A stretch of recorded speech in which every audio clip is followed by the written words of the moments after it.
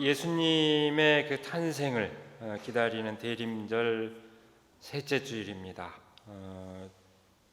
그 대림절 셋째 주일 오늘 우리는 세례 요한의 아버지 사가랴가 그 기쁨을 노래하는 그 찬가를 함께 지금 마주하였습니다.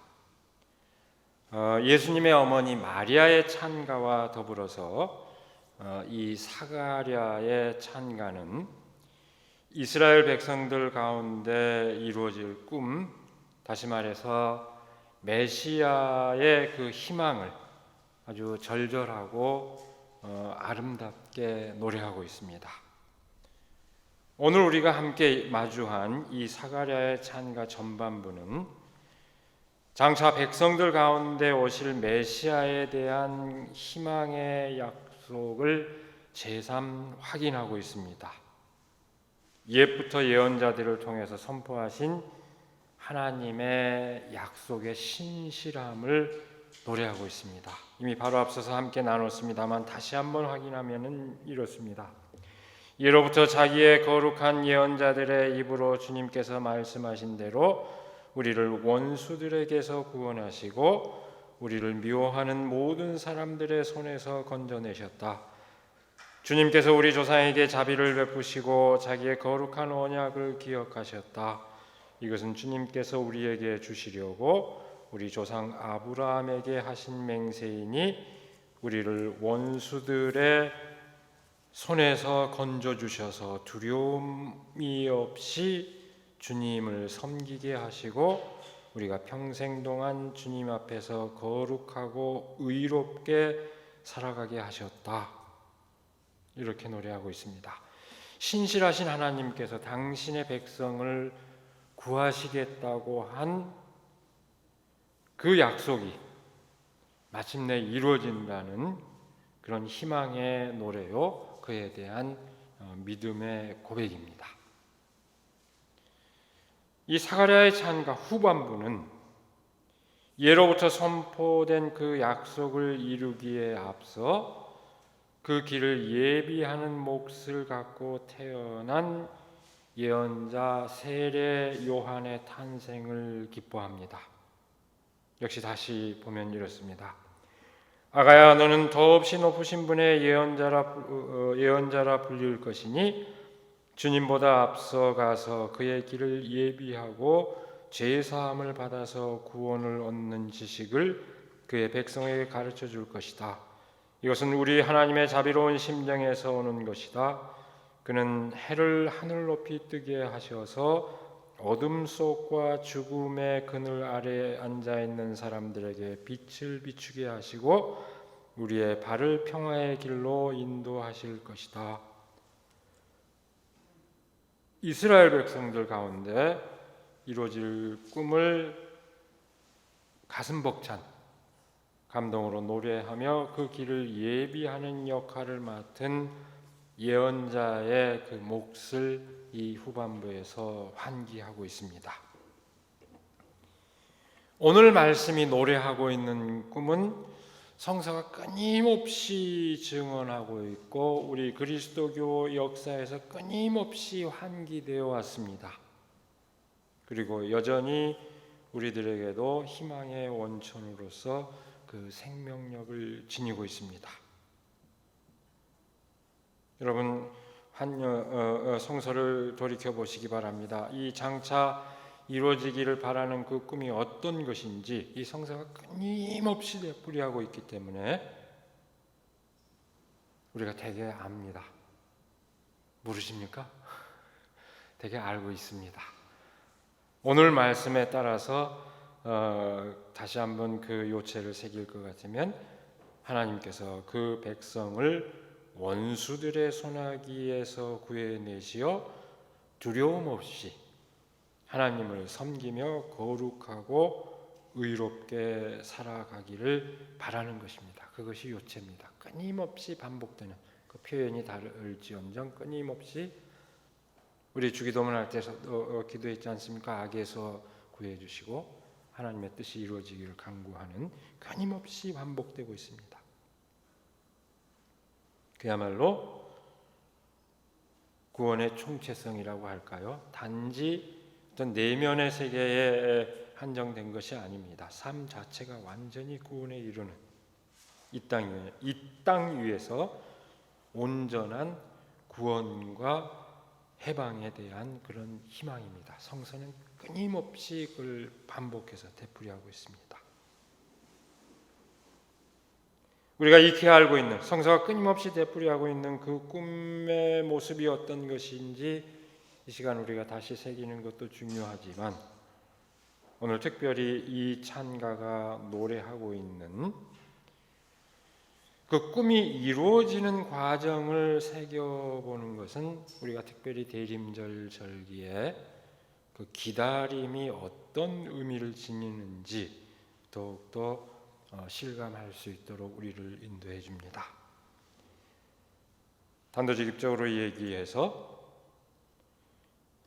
어째서 세상을 구원할 메시아의 메시아 도래의 그 희망은 곧바로 이루어지지 않고 말하자면 그 예비 절차를 거쳐야만 했을까요? 이게 오늘 물음입니다.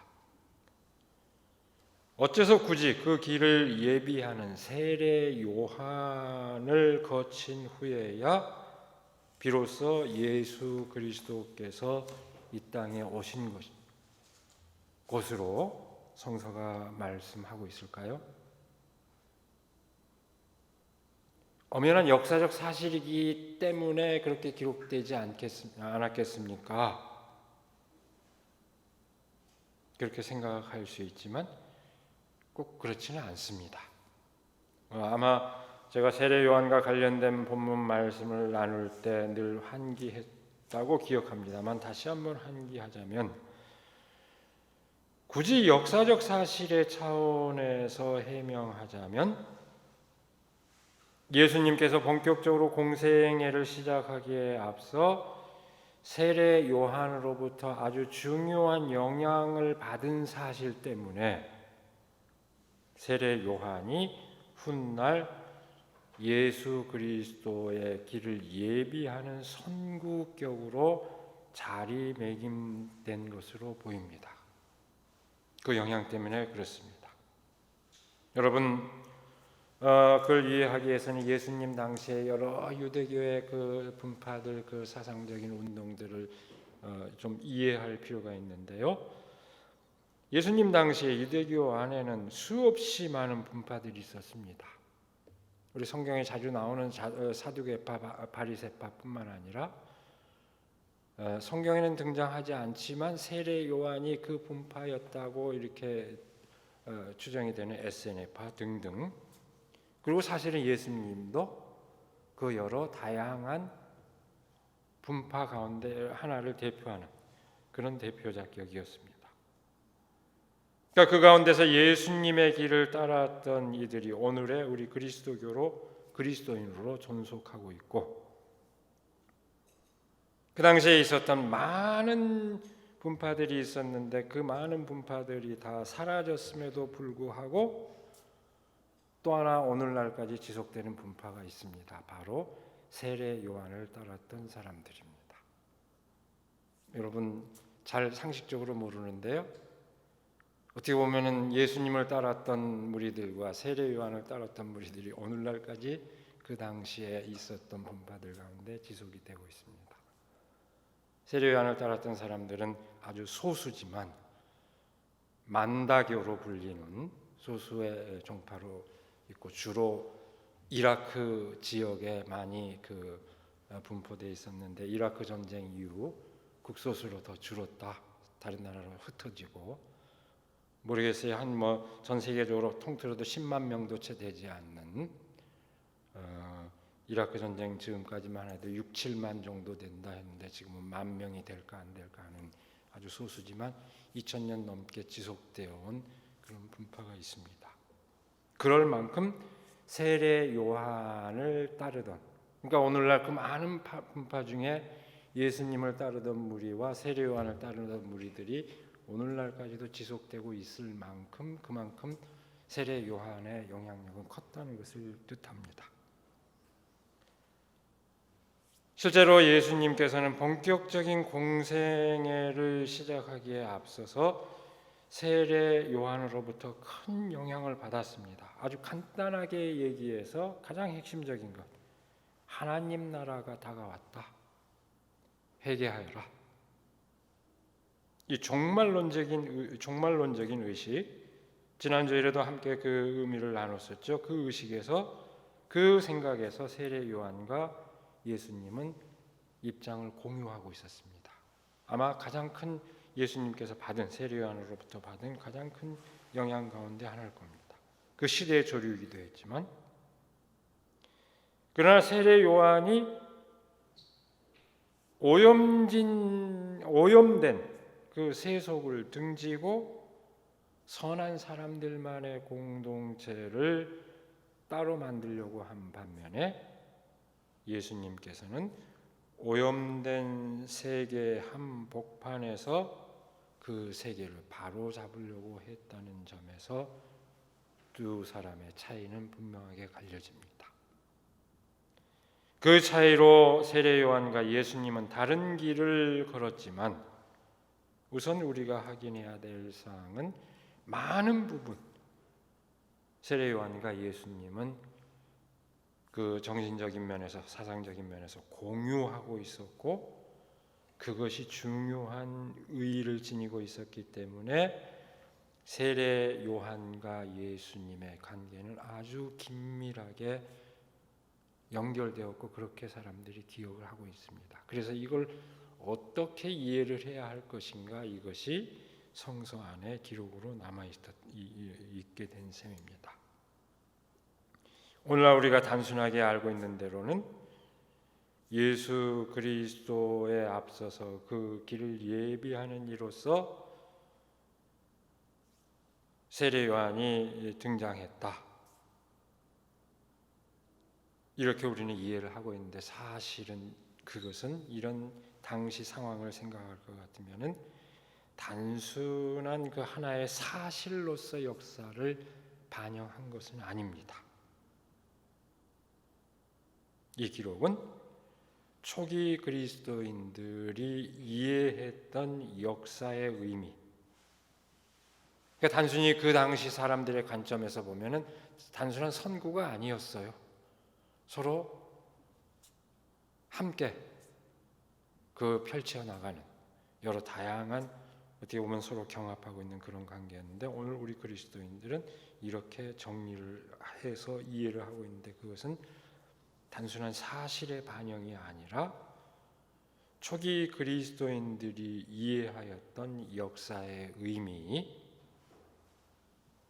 다시 말해서 사실로서의 역사가 아니라 해석으로서의 그 역사의 의미를 보여주고 있습니다. 그것은 메시아 도래의 희망이 이루어지는 그 과정을 함축하고 있습니다. 그것은 단순한 사실로서의 역사를 넘어서 역사의 의미에 대한 깊은 통찰과 관련되어 있습니다. 예수 그리스도의 길을 예비하는 이로서 세례 요한의 등장은 희망을 바라는 사람들 가운데, 그 사람들의 몸과 마음에 그 희망을 아로새기는 과정으로서 의미를 지닙니다. 그것은 달리 얘기하자면 하루아침에 이루어지지 않은 인간의 희망, 그 희망이 이루어지는 과정에 대한 깊은 통찰을 담고 있습니다. 성서에는 그와 같은 통찰을 반영하고 있는 이야기들이 심심치 않게 등장합니다. 여러 대목에서 등장하고 있습니다. 아마 가장 큰 궁금증을 자아내는 이야기 가운데 하나가, 우리가 성경을 쭉 깨고 있다면은 그 중에 가장 그 의문이 드는 이야기 가운데 하나가 모세의 퇴장 장면일 겁니다. 모세의 퇴장을 보면은 어떻게 기록되어 있느냐? 신명기에 이렇게 되어 있습니다. 신명기 34장 7절에 보면은 모세가 죽을 때의 나이가 120살이었으나 그의 눈은 빛을 잃지 않았고 기력은 정정하였다. 그런데 역사의 뒤안길로 사라집니다. 눈빛도 형용하고 기력도 정정했는데 어째서 역사의 뒤안길로 사라졌을까요? 우리가 생각할 때는 그렇게 백성들을 이끌고 수고를 했으면 가나안 복지에까지 들어가면은 참 행복했을 것 같은데 복지를 눈앞에 두고 호련히 역사의 무대 뒤로 사라져 버립니다. 근데 기력이 세한 것도 아니었는데 사라지는 것으로 성경은 기록하고 있습니다. 여기에는 성서 기록자의 역사 인식이 담겨 있습니다.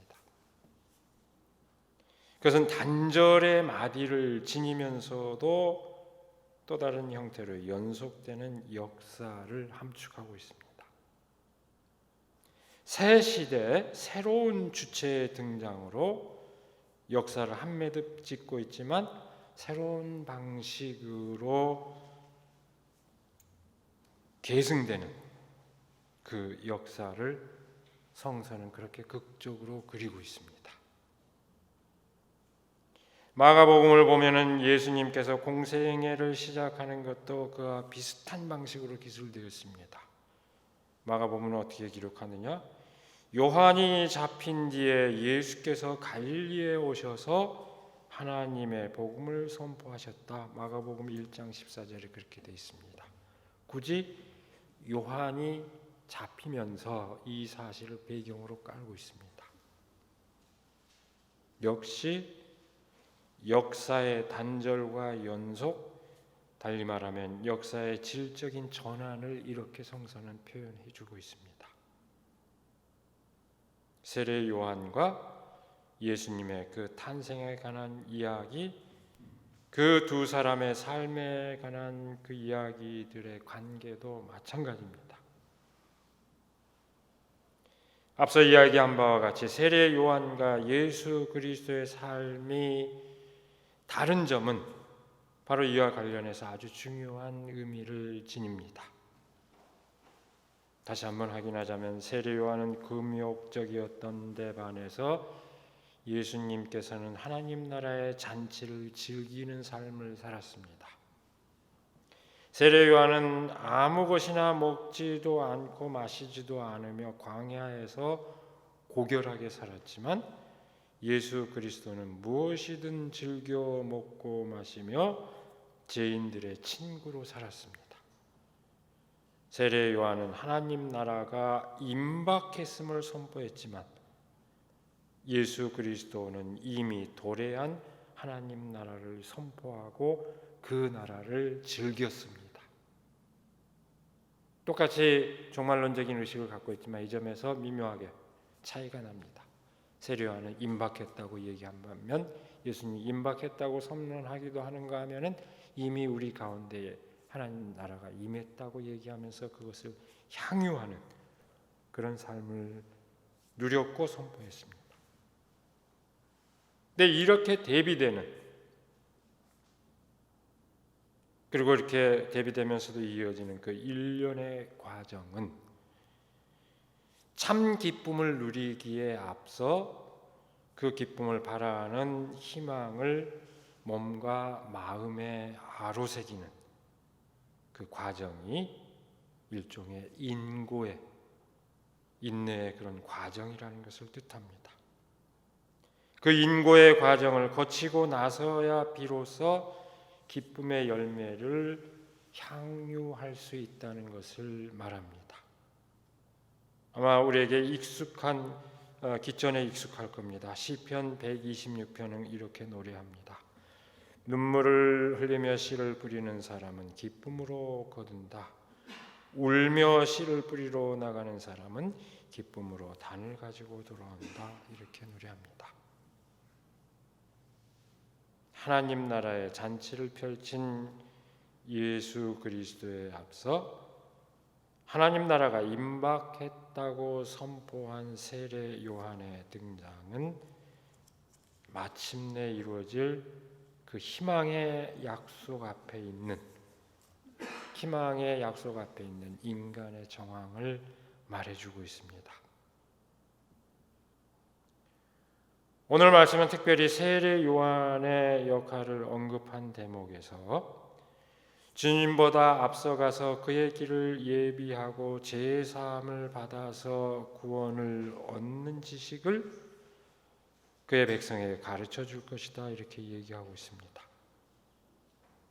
제사함을 받아서 구원을 얻는 지식을 가르친다. 이것은 삶의 전환 가운데서 맛보는 어떤 구원의 내적 체험을 뜻합니다.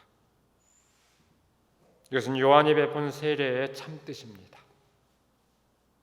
삶의 결단과 전환을 함축합니다. 세례 요한은 그렇게 사람들로 하여금 새로운 시대를 예비하게 하는 역할을 맡은 것입니다. 여러분, 우리 인생을 돌아보면 어떻습니까? 산 넘어 산이라고 저마다 인생을 돌아보면 항상 우리는 어떤 굴곡을 실감하지 않을 수 없습니다. 그런 굴곡이 없는 분도 계십니까? 없다면은 행복할까요? 약간 다행일지 모르겠습니다. 그러나 정도의 차이는 있겠지만 아마 그런 굴곡이 없는 인생이 없으리라 생각합니다. 한 곱이 넘기고 도달한 자리, 만약에 그렇게 수없이 겪는 그런 굴곡 가운데서 한 곱이 넘기고 도달한 자리, 그 자리를 숙명적인 어떤 조건으로 한다면 우리의 삶은 성장을 멈추게 됩니다. 우리의 역사를 돌아봐도 마찬가지입니다. 모든 사람이 안전하게 저마다의 삶을 누리는 정의롭고 공평한 사회를 이루기 위한 열망이 얼마나 뜨겁습니까? 우리가 지금 살아가고 있는 이 시대, 우리의 현대사를 돌이켜보면 그걸 얼마나 그 열망이 뜨거운지 우리는 다 알고 있습니다. 이렇게 우리 역사에서처럼 그렇게 역동적으로 그런 그 뜨거운 열망을 끊임없이 부단히 표현해온 그런 역사도 드물 정도로 우리는 그 열망이 뜨겁다는 것을 압니다. 그러나 동시에 그 열망을 이루기 위한 여정이 또 얼마나 많은 곡절을 안고 있습니까? 뭔가 이루었다 싶은데 그다지 변하지 않은 현실을 우리는 늘 절감하고 있습니다. 그런데 바로 거기에서 우리가 좌절한다면 역사는 전진을 멈출 것입니다. 역사의 전진이 멈춘다는 것은 어떤 추상적인 얘기가 고상한 역사 철학자들만이 하는 그런 얘기가 아닙니다. 역사의 전진이 멈춘다는 것은 인간의 삶이 구습에 매여서 속박을 받는다는 것을 뜻하고 기존의 부당한 질서가 지속되어 다수의 사람들이 공평한 삶을 누리지 못한다는 것을 뜻합니다. 한 곱이 넘겨 처해진 자리, 그 자리가 최종 기착지일 수 없다는 자각이 다음 고비를 넘게 해주는 그런 원동력이 됩니다. 하나님 나라가 가까웠다는 세례 요한의 선포는 바로 그 자각을 함축하는 의미를 지니고 있습니다. 그 자각은 아주 단단한 무장을 필요로 합니다.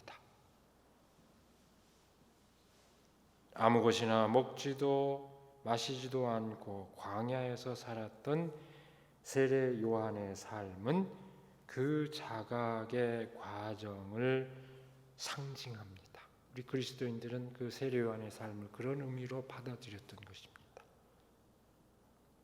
그걸 다르기 때문에 배제한 게 아니라 세례 요한의 삶을 우리가 지금 하나님 나라의 잔치를 누리기 위한 하나의 필수적인 과정으로 그리스도인들은 받아들인 것입니다. 아주 비상한 의식입니다. 그 비상한 의식, 그 비상한 자각이 마침내 맛보게 될 새 희망을 예비한다. 그런 의미로 받아들인 것입니다. 오늘 우리는 과연 어떤 시대를 살고 있습니까?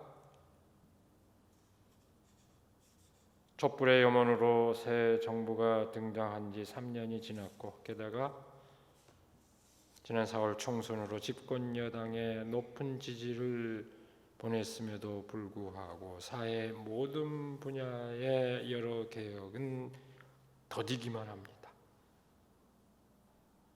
뭐 하나 제대로 이루어진 게 없을 정도로 더디기만 합니다. 기득권 세력의 반발은 여전히 강고합니다.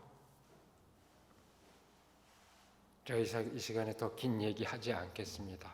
이미 여러 차례 얘기했고 우리가 다 실감하고 있는 바이기 때문입니다.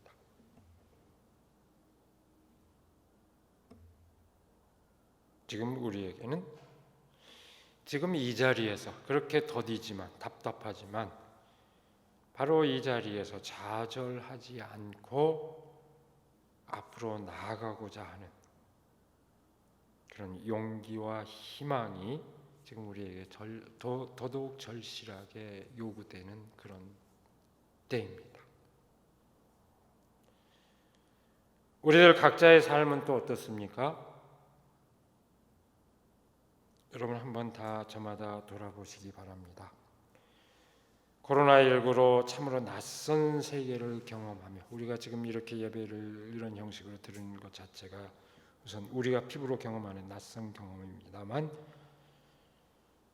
이 낯선 세계를 경험하며 모두 쉽지 않은 삶을 살고 있습니다. 그야말로 아슬아슬하게 소위 정상적인 생활을 하는 사람들에게도 만만치 않은데 그 직접적인 영향을 받아야만 하는 경우, 게다가 또는 개인적으로 여기에 어려운 어떤 사정까지 겹친 경우라면 더더욱 힘겨울 수밖에 없는 그런 상황입니다. 아마 우리 교우들 가운데서도 여러 그런 경우들이 다 있으리라 생각합니다. 여러분들도 한번 이제 이 한 해를 마무리하면서 그 스스로의 삶을 돌아보시기 바랍니다. 저는 얘기했나요? 저로서는 이 한 해 돌이켜보면서 어느 때보다도 참 올해 2026 굉장히 길다 그렇게 느끼고 있습니다. 코로나로 느끼는 건 다 공통된 것이고 어쩌다 맡은 역할 때문에 이 공평하지 못한 그 사회 부조리 그리고 또 그 부조리한 교회 현실에 정면으로 맞부딪히는 가운데 참 기나긴 한 해를 보내고 있는 것 같은 그런 느낌입니다. 그래서 사람들 만나면은 제가 웃으면서 늘 응수를 합니다. 저 아주 오래 살 겁니다. 올해처럼 이렇게 욕을 내가 많이 심한 욕을 그렇게 많이 먹어본 적이 없어서 굉장히 오래 살 것 같습니다. 이렇게 얘기하고 있는데 참 긴 한 해를 보내고 있는 그런 느낌입니다. 그 긴 얘기 줄입니다. 우리 모두에게 정말로 서로를 향한 위로와 격려가 필요한 그런 때입니다. 서로를 북돋아 줄 수 있는 용기와 희망이 우리 모두에게 절실하고 우리는 서로에게 그렇게 배려하는 그런 마음을 가질 수 있기를 바랍니다.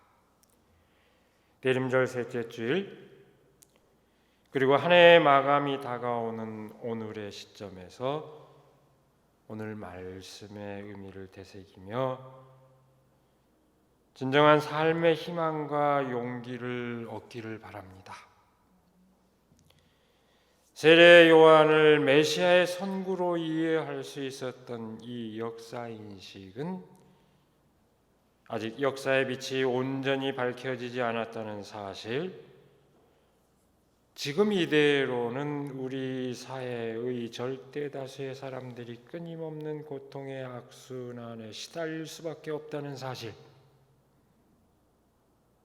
바로 그 진실을 체감하고 새로운 세상을 향한 꿈을 포기하지 않는 자각을 말합니다. 선구로서 세례 요한의 역할은 그 자각을 함축합니다. 그 자각이 없는 백성에게 구원의 희망은 열리지 않습니다. 그 자각으로 메시아가 오실 길을 예비하는 마음이 없다면 우리에게 구원의 희망 또한 있을 수 없습니다. 오늘 우리가 처해 있는 현실을 직시하며 우리의 앞길을 열어나가는 우리 모두가 되기를 이 시간에 간절히 기원합니다.